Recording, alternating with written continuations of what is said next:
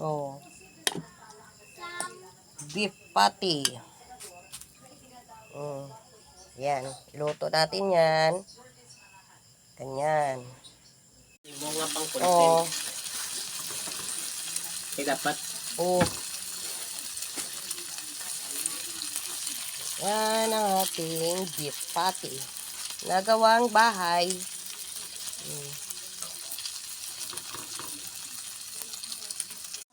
Okay. Oh, ayan ang ating Wait na. sauce. Iigot lang ito.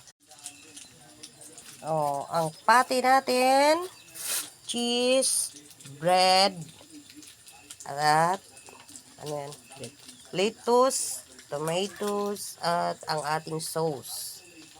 Ayan ang ating homemade na hamburger.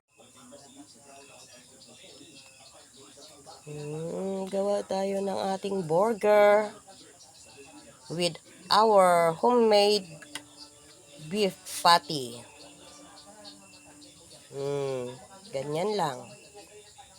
Cheese, lettuce, tomato. Ayan ang aking homemade na burger. Meron pa. Ganyan.